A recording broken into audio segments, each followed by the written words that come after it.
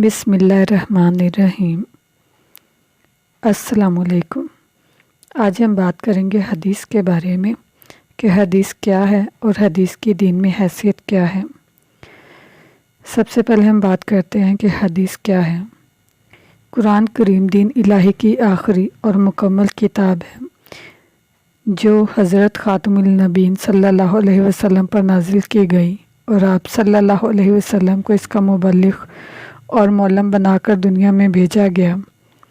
चुनाचे आप सल्लल्लाहु अलैहि वसल्लम ने इस किताब मुक़द्दस को अव्वल से आखिर तक लोगों को सुनाया, लिखवाया, याद कराया और बखूबी समझाया।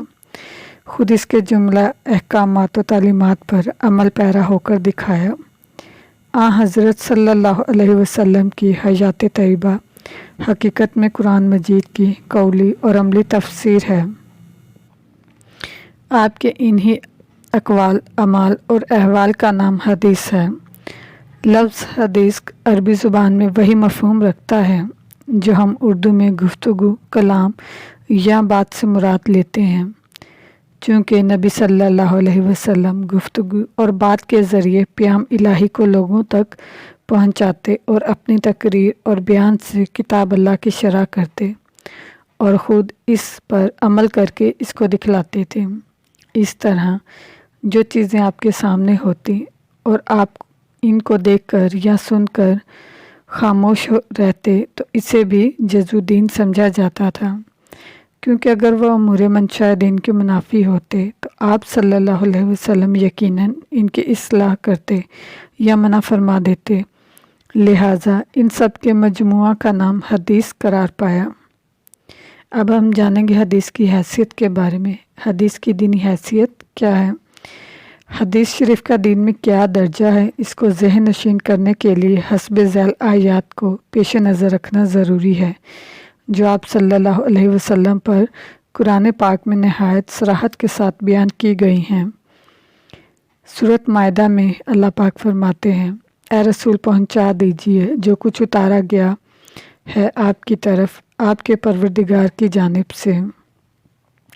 सूरत इमरान में अल्लाह पाक फरमाते हैं, बेशक अल्लाह ने एहसान किया ईमान वालों पर कि भेजता इनमें रसूल इन्हीं में से जो पढ़ता है इन पर इसकी आयतें और इनको संवारता है और इनको किताब अल्लाह और हिकमत की तालीम देता है।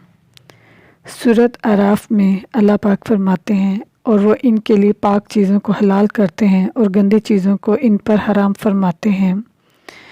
सूरत तौबा में अल्लाह पाक फरमाते हैं, लड़ो इन लोगों से जो यकीन नहीं रखते अल्लाह पर और पिछले दिन पर और नहीं हराम समझते इन चीज़ों को जिनको हराम कहा अल्लाह और इसके रसूल सल्लल्लाहु अलैहि वसल्लम ने। सूरत अहज़ाब में अल्लाह पाक ने फरमाया, और गुंजाइश नहीं किसी ईमानदार मर्द के लिए और ना किसी ईमानदार औरत के लिए जबकि फ़ैसला कर दे अल्लाह और इसका रसूल किसी मामले का कि इनको अपने इस मामले में कोई इख्तियार रहे, और जो कोई अल्लाह और इसके रसूल की नाफरमानी करे तो बेशक वो सरही तौर पर गुमराह हो गया। सूरतुल निसा में अल्लाह पाक ने फरमाया, सो कसम है तेरे रब की ये मोमिन नहीं होंगे जब तक कि तुम्हें ही हुक्म ना बनाए इस झगड़े में कि जो इनके बाहम हों, फिर जो तुम फैसला करो इससे ये अपने जी में गफ़की भी ना महसूस करें और तस्लीम करके मान लें। सूरतुल निसा में अल्लाह पाक ने फरमाया, बेशक हमने ये किताब तुम्हारी तरफ हक़ के साथ नाजिल की है ताकि तुम लोगों को बाहम जो कुछ अल्लाह तुम्हें समझाए इससे फ़ैसला किया करो। सूरतुल अहज़ाब में अल्लाह पाक ने फरमाया, बेशक तुम्हारे लिए रसूल अल्लाह की ज़ात में उम्दा नमूना अमल है इस शख्स के लिए जो अल्लाह और रोज़े आखिरत से आस लगाए हुए हो और अल्लाह को बहुत याद करता हो। सूरत आल इमरान में अल्लाह पाक ने फरमाया, आप कह दीजिए अगर तुम मोहब्बत रखते हो अल्लाह की तो मेरी इत्तबा करो ताकि अल्लाह तुमसे मोहब्बत रखे और तुम्हारे गुनाह बख्श दे। सूरत हशर में अल्लाह पाक ने फरमाया, और जो दे तुमको रसूल सो ले लो और जिससे मना करे सो छोड़ दो। سورۃ محمد میں اللہ پاک نے فرمایا، اے ایمان والو، اطاعت کرو اللہ کی اور اطاعت کرو رسول کی۔ ان آیات سے معلوم ہوا کہ حضرت صلی اللہ علیہ وسلم نے جس قدر امت کو ہدایتیں دی، جو چیزیں ان سے بیان فرمائیں اور کتاب و حکمت کی تعلیم کے ذیل میں جو کچھ ارشاد فرمایا، جن چیزوں کو حلال اور جن چیزوں کو حرام ٹھہرایا، باہمی معاملات و قضایا میں جو کچھ فیصلہ فرمایا، ان سب کی حیثیت دینی اور تشریع ہے۔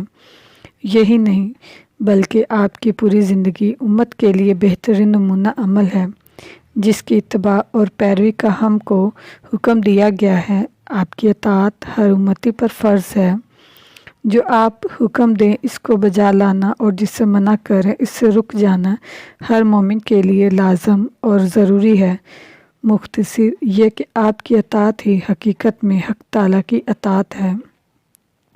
قرآن میں اللہ فرماتا ہے کہ جس نے رسول کی اطاعت کی، اس نے بلا شبہ اللہ ہی کی اطاعت کی۔